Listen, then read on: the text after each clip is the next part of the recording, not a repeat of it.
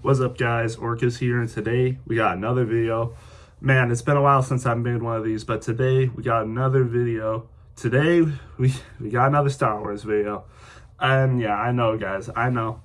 It's, it's tough for sure. I want to make a separate video, but there's definitely reasons that I've been making less and less Star Wars videos. So yeah, there's definitely reasons that I want to explain in a different video, but today we're gonna focus on this. Today we got the Saleucami episodes, two-part Saleucami episodes, and if you guys remember, if you watched my videos way back when I was making like my last Clone Wars videos, like the season reviews, the rankings, maybe not reviews, the season episode rankings from worst to best, the every episode rank worst to best, stuff like that. You guys might remember that I said I wanted to make videos on arcs as a whole, like different episodes, different arcs. I wanted to make my own reviews on every different episode in arcs. And that just, again, like I said, with what's just been going on with me and wanting to make Star Wars videos and making Star Wars videos, that hasn't happened. So I'm sorry, because I'm pretty sure I said I promised I would do that. So I kind of feel a little bad going back on my word, but hey, we're kind of doing one today.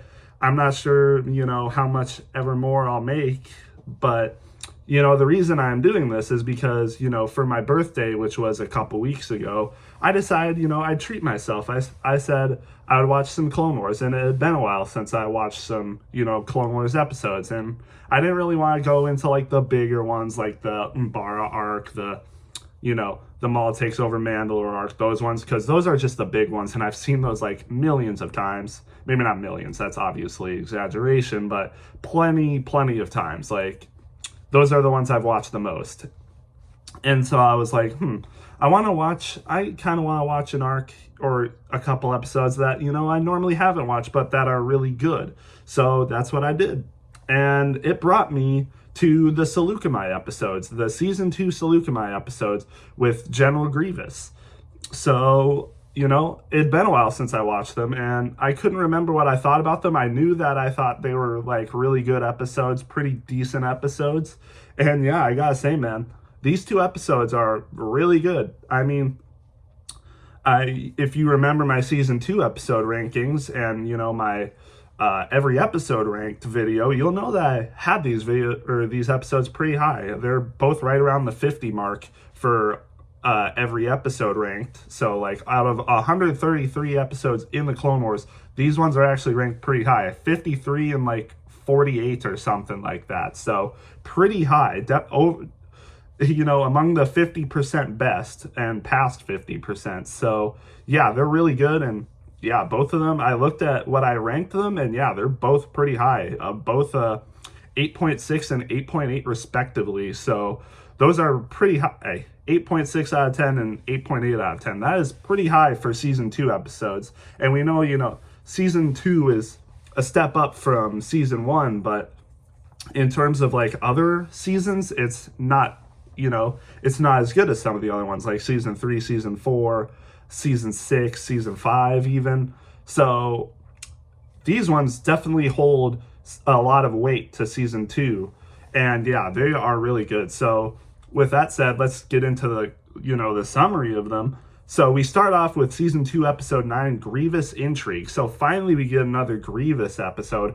Man, this is the first Grievous episode, and I think even the first we see of Grievous in season 2. We saw a lot of Grievous in season 1, and it's been a while, so it's nice to finally catch up to some good old Grievous again. And man, this was a good Grievous episode. It really was. And a lot of people have their gripes about Grievous in the Clone Wars canon, and whether that's justified or not, I think a lot of people would be happy about how Grievous is portrayed here for the most part, because it starts off with Grievous being an absolute menace, boarding Eth Koth, a Jedi Council member's ship, and brings in a ton of droids. These guys, commando droids, even his Magna guards. Grievous himself shows up personally to kidnap and capture Eth Koth, and he succeeds at it. I mean, they just absolutely go go ham on the ship. Grievous shows up into the main hangar with Koth. All the commando droids take his clones out, and Grievous has a pretty fun duel with Koth. You know, it's a little short, but it was pretty fun. Koth seemingly gets the upper hand on Grievous. Force pushes him into like the window of the main hangar or whatever. You know, the cockpit and stuff like that, or whatever you call it. I can't remember, but whatever you call it. But and then as soon as it, you know, Koth is lunging towards him, the Magna Guards get him. And the commando droids did a good bit of damage on Koth already. One of them already shot him in the arm. And he, you know, even then, after getting shot in the arm, he was still able to hold off Grievous. And I'm pretty sure that's like kind of a thing where Jedi are able to, you know, like numb their pain with the Force. So I'm sure, you know, Zabrak's already tough. Koth is a Zabrak. Zabrak's already pretty tough when it comes to physical pain. You know, Maul, obviously. But Zabrak's combined with, you know, being able to kind of like not heal themselves, but like be able to have high pain tolerance and probably use the Force to help them with that. He was still able to take on Grievous despite being shot in his arm. But Grievous ends up capturing him, and it's pretty cool, their interaction where it's like, you know, Koth, isn't it? And Koth's like, your reputation precedes you, one of a coward and a murderer. And Grievous is like, murder? Is it murder to rid the galaxy of you Jedi filth? So we already know how much Grievous hates Jedi, and we get more of that in this episode. And of course he captures Koth, and then he sends a message personally to like the Jedi and like people watching. He's like, I do not care about the politics of this war. I only live to see you die. So it's like, yeah, we can see how much Grievous hates the Jedi here. I don't think we really get much of an explanation of why he hates the Jedi so much in this show, but we do get some explanations in lore, both legends and canon, of why he hates the Jedi. So, like, if you really want to do your research on why he hates the Jedi so much, you can definitely find it. But yeah, we see he obviously does not like the Jedi, and he's, you know, I think in a way, he's trying to like set a trap for them, maybe like to capture more of them or something. Cause like, it kind of seems like he wanted this to happen. Like he wanted them to come after Koth. Cause later he's like, oh, see, your compassionate friends have come to rescue you, just as I knew they would. But I don't know if it's weird. I don't know if he expected it or not, because it's like, also, when there's a droid that says there's ships coming into entrance, he asks if it's Republic or Separatist, and it's obviously Republic. So I don't know if he wanted them to come or not. I don't know if he just sent that video to taunt them or whatever, but he sent it, and to his benefit, or to his, you know, the opposite of benefit, they find him because Koth, you know, does hand signals, because he knows hand signals, and Obi-Wan actually knows hand signals too. And it was actually, you know, found out by Commander Wolf, Plo Koon's commander, that, you know, that there was a secret message, or else it seemed like they wouldn't have caught it. But Commander Wolf was able to catch it, the hand signals, and Obi-Wan was able to translate it to the Saleucami system. So that's pretty cool. So then Obi-Wan, Anakin, and Adi Gallia, you know, interesting Jedi. We don't really see too much of her. She's a council member too, though, before obviously we know what happens to her later in the show, unfortunately for her. But so yeah, they go to rescue Koth, Anakin, Obi-Wan, and Adi Gallia. It's interesting that they didn't bring Ahsoka for this one, but I guess maybe, you know, she's still young. You know, she's been on a lot of dangerous missions, but maybe this one was just a little too dangerous. Like, they couldn't risk anything bad happening, because this was also an important mission. They could capture General Grievous here. Like, if they get here, their plan is to rescue Koth, but if they could also capture General Grievous, they could end the war right here, basically. So imagine if they were able to do that. So they find Grievous, they get there, and it's honestly just fun from there, like all their planning and stuff. And they obviously rescue Koth. So Obi-Wan is sent to go find Grievous. Anakin and Adi Gallia are are sent to rescue Eth Koth. So it's like Obi-Wan versus Grievous, and then it's Anakin and Adi Gallia versus some commando droids, which again is actually pretty fun. Don't sleep on commando droids. They are very, they're very good. But Anakin does say comedically, well, at least they're not destroyer droids, because yeah, if they were destroyer droids, that would be a little bit harder to deal with. Yeah. If it goes in order, I would say, like, you obviously got the B1 battle droids, then you got like the B2 battle droids, and then I would say, what could you put? Magna Guards are probably better than commando droids, definitely, for sure.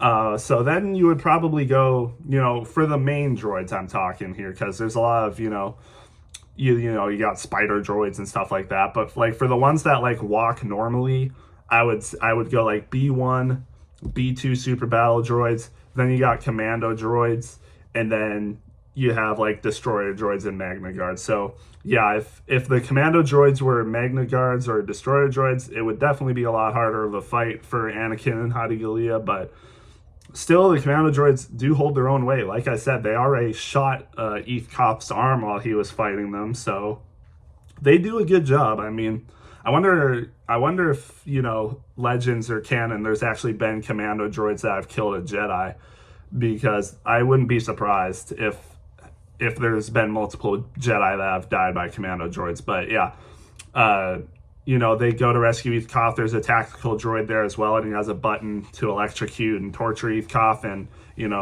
he can press the button to enough that it could kill Eth Koth, so they gotta watch out for that. But fortunately, before the tactical droid can do anything more in the commando droid's attack, Anakin cuts off the button or the arm that he has the thing for. And so they start fighting the commando droids while the tactical droid's trying to get it back. And all the while, Obi-Wan is fighting General Grievous and his Magna Guards. And honestly, the Magna Guards already give Obi-Wan enough trouble, but he's able to fend them off and destroy them, all while he's talking with General Grievous. And it's actually like pretty cool, their conversation where Obi-Wan's like, I hear a lot of talking, but in the end of things, where does this all get you? You got a mangled body, futile quest for power, and his place is Dooku's errand boy. And again, Grievous is like, I'm not an errand boy, and I'm not here for Dooku's politics. And, he seems to have actually some pride in leading the most powerful droid army the galaxy has ever seen. Like, even though he hates his own droids, he seems to take pride in having all this power and, like, leading them and stuff. But, yeah, it's like, Obi-Wan correctly points out, it's like, it's an army with no loyalty or like mind. They don't have any minds. They're just programming. It's like, what's the point of all this? And then Grievous is like, it's the future. It's a future where there are no Jedi. So again, going back to the Grievous's hate for the Jedi, and again, we don't really get much of an explanation why in this show, but it's like, we know that he has the hate for Jedi, and we can figure out reasons whether you want to go the Legends route or the canon route. I like both of them personally, both reasons of why he hates the Jedi so much.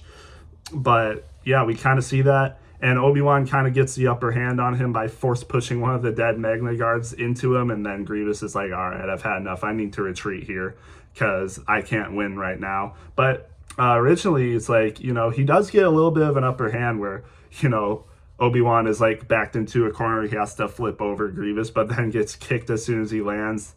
And it seems like Grievous almost gets the upper hand on him there. But, honestly, people say Grievous is weaker in this show, but we see him constantly have duels with Obi-Wan Kenobi where he's good. He's good against Obi-Wan Kenobi. Like, he can defend himself pretty well against Obi-Wan Kenobi. And I know we saw, he was fighting Eth Koth earlier, and gets force pushed into a wall, but like, again, I feel like he does stand a good chance against a lot of Jedi. Like, again, obviously Obi-Wan can't kill him in this show because he kills him in Revenge of the Sith, but like, it's not like Obi-Wan is just absolutely dominating him in the fights we see with him in this show. No, Grievous actually holds his own pretty well. So that's another thing why I don't subscribe to the idea that Grievous is completely useless and weak in this show.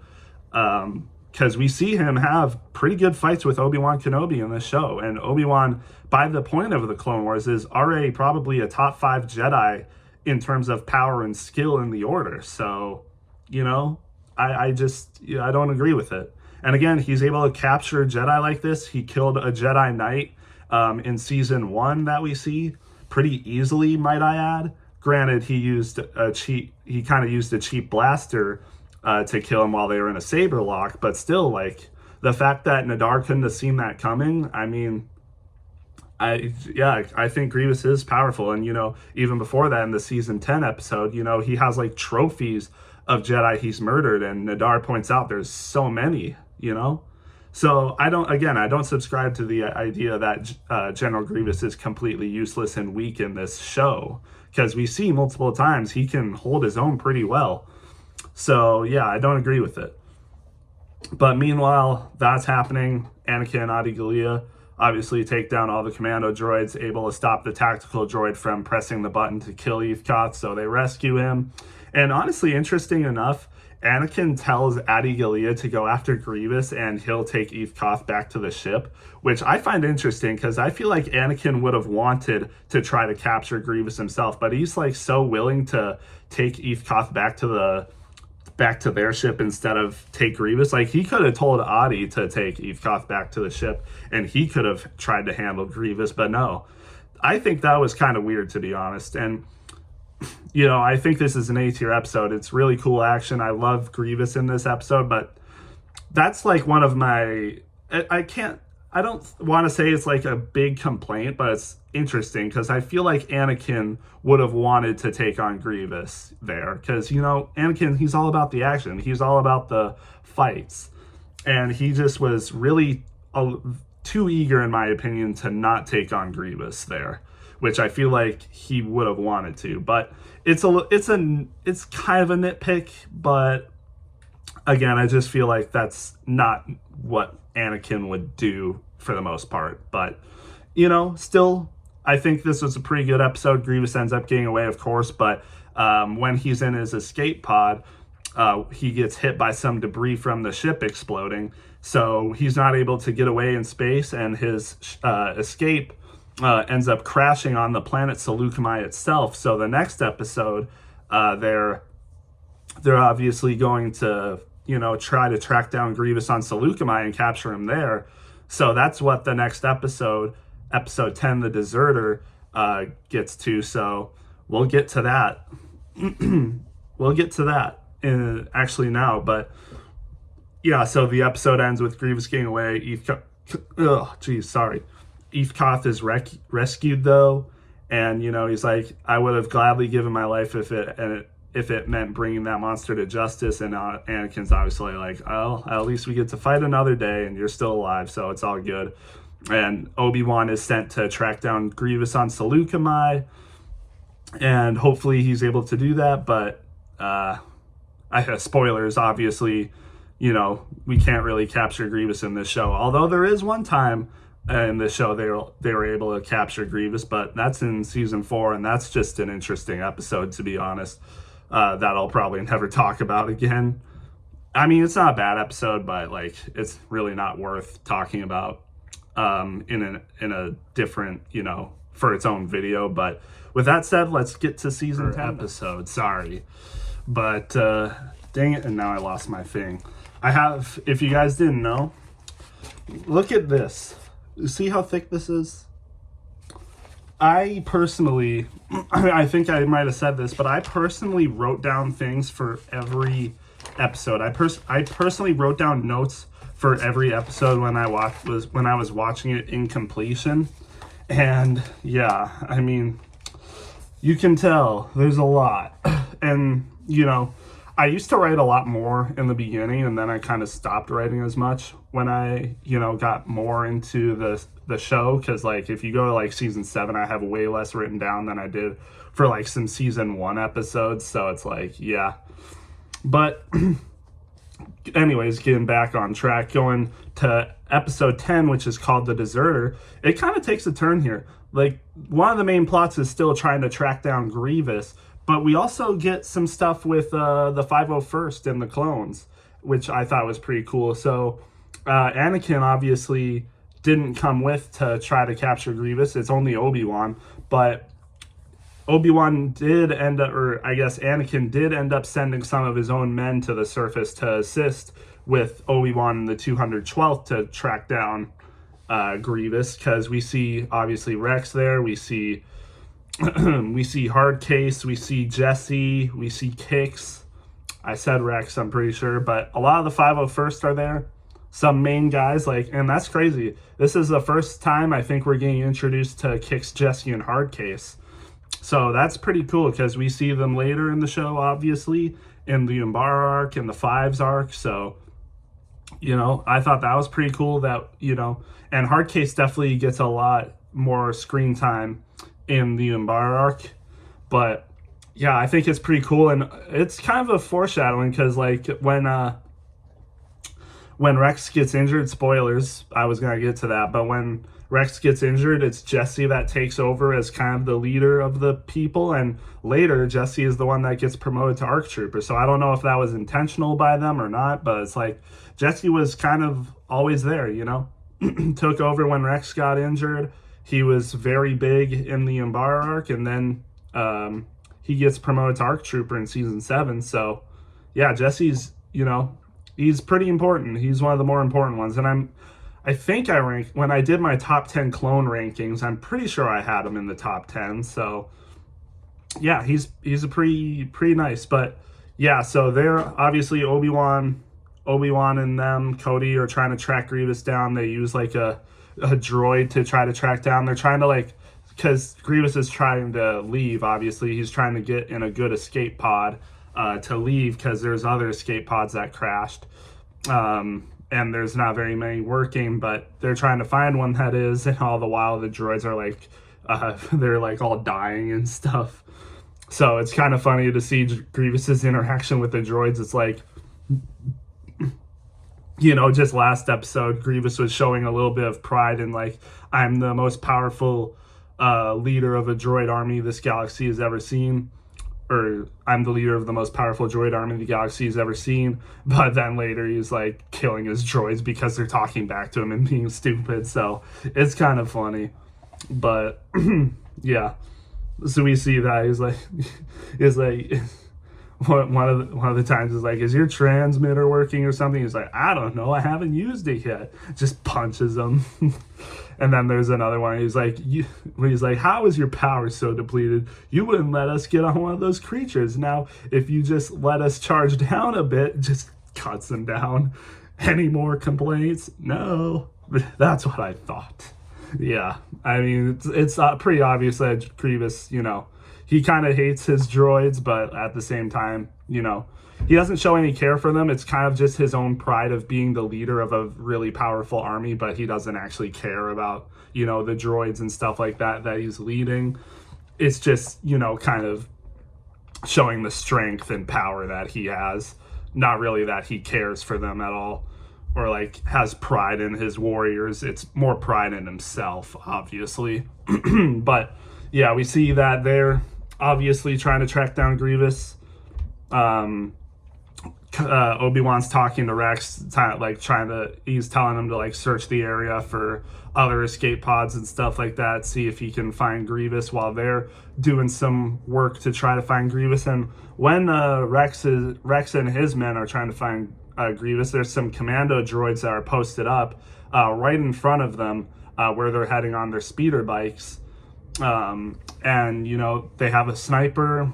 They're, you know, you got the scout and you got the sniper, and you know, they like take the shot, and it looks like they're aiming at his head for a second, but instead of shooting him in the head, they shoot him like right in the chest, like not in the heart or like in the pecs. It's like right in the center. So, you know, it didn't hit anything major, so he's able to survive.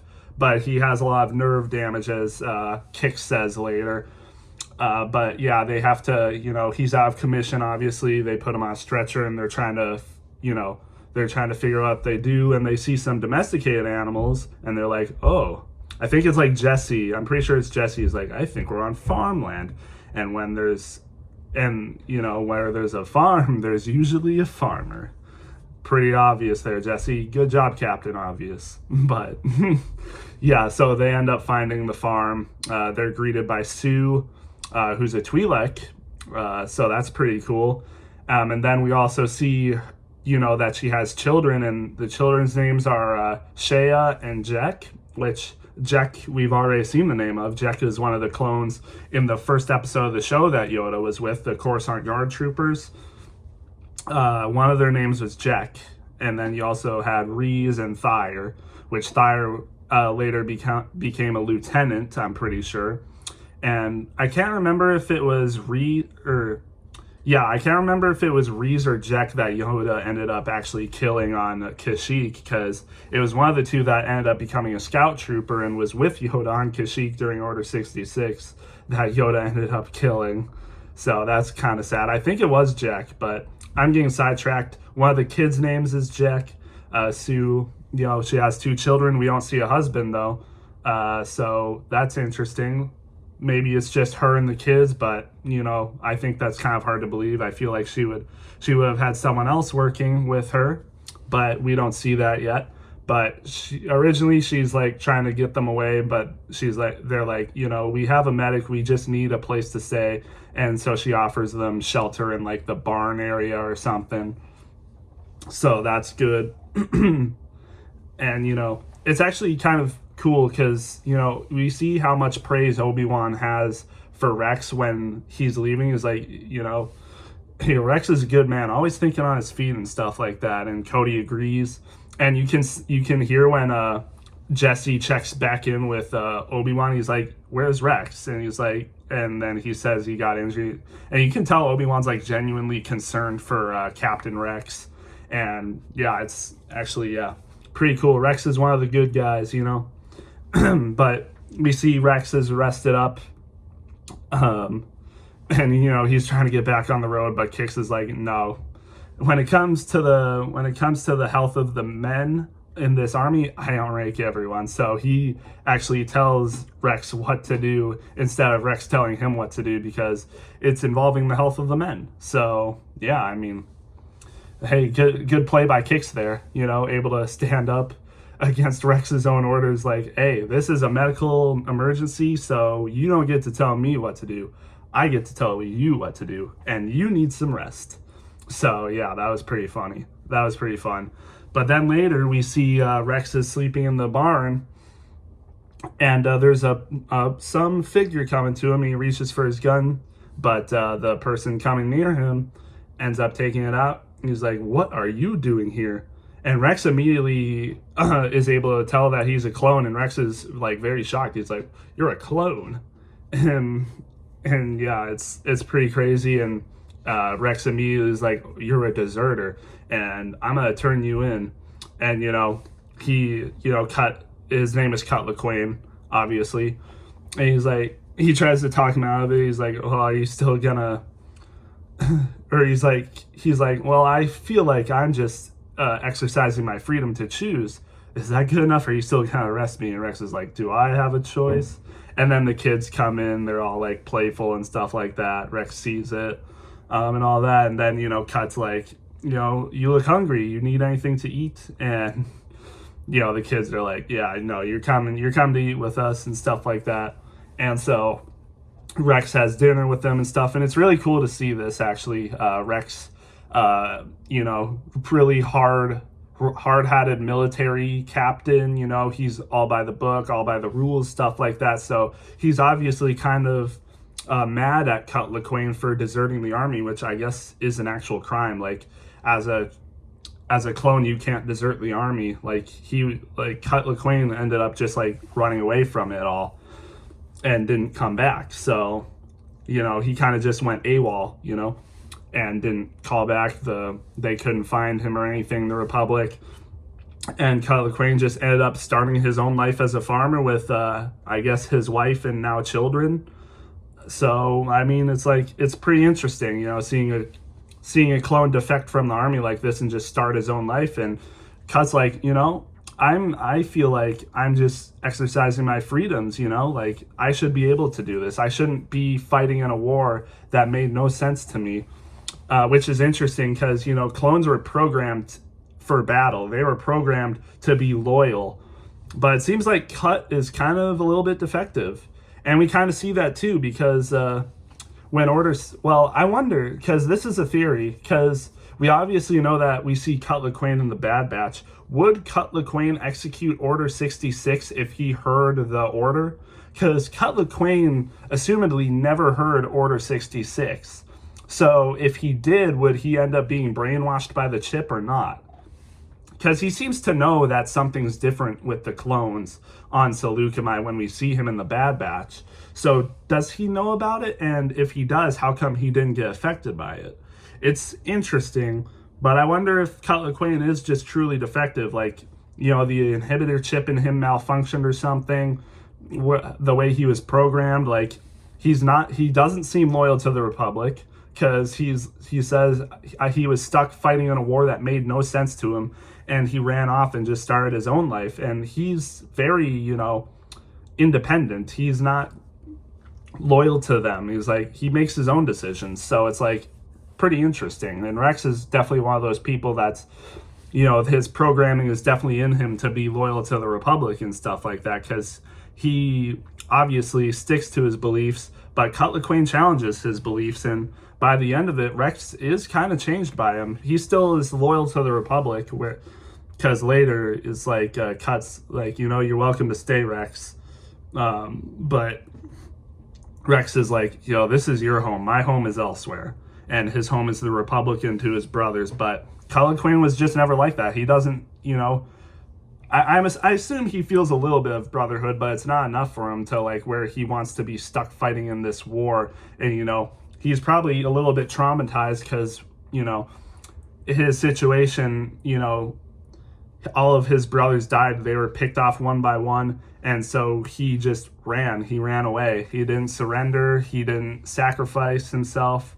Didn't continue fighting until death. He ran away. He ran away from the battle. So, and yeah, kind of acknowledges, he's like, I know you think I'm a coward, Rex, but, I would do anything for my family that I have now. So it's pretty interesting. And it was also, it was definitely touching to hear Cut Lawquane's story when he's telling it to Rex, and when they're also having the dinner. It's like, it's really fun to see Cut Lawquane challenge Rex's beliefs and stuff like that.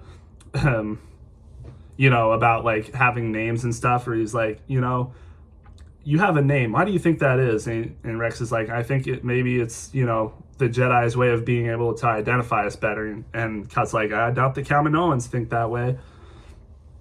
And then he's like, challenging his beliefs again. He's like, isn't all that stuff what you were programmed to believe? And Rex is like, nope, that's simply what I believe personally. He's like, does that make sense to you? And he's like, oh, of course, each their own, as I say.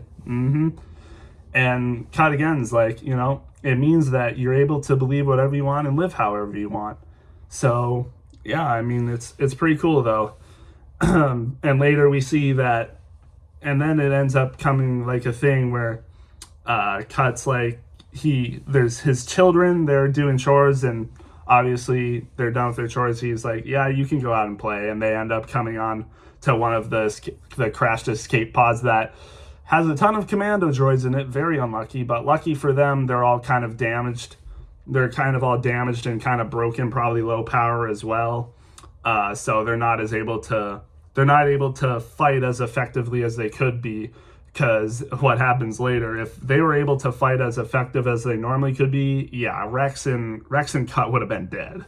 That's for sure, because they're all like broken. Like some of them can't move any of their limbs and stuff. They're all like freaking like crooked. Like one of them has a gun like this, and he's like, but it's kind of funny. But they're still able to do some damage. Like, they get like cut in a chokehold and stuff like that. They're able to fight them pretty good, and there's a good amount of them. But Rex and Cut are able to fight them off with the guns that they have.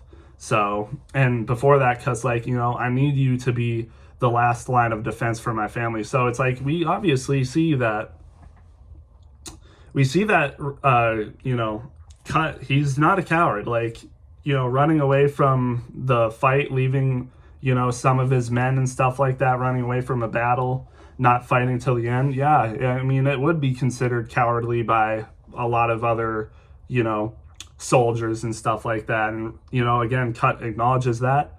But, by the end of it, it's obviously shown that, no, he's not a coward. He was willing to risk his life, risk everything to defend and save his family from these commando droids. So obviously not. So it's obviously, like, again, Cut didn't have any connection to this war. It didn't make sense for him to fight this war. Assumedly, really didn't have any loyalty to the Republic. Fighting in this war that, he didn't agree with, I guess.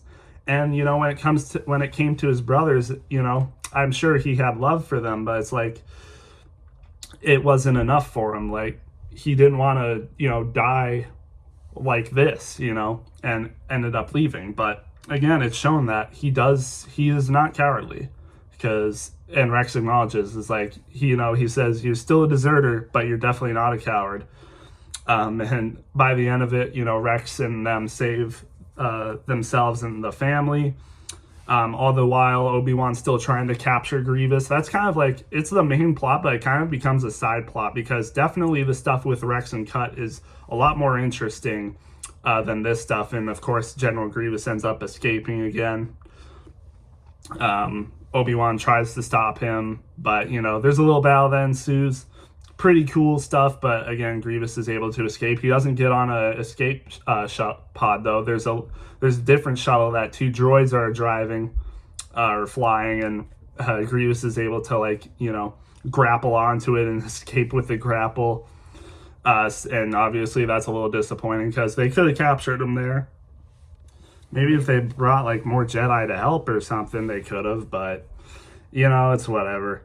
You can find a lot of nitpicks like that, I feel like, so it's whatever. But still, I think this was a really good episode. A little bit of an improvement from episode 9, in my opinion. But yeah, all in all, this was a really good two-part episode, or two-part arc, maybe. I don't know what you would say this is. Like, it's 2 episodes connected with each other, but normally when you think of arcs, you think of 3 or 4 episodes. This one's only 2. So do you count it as an arc?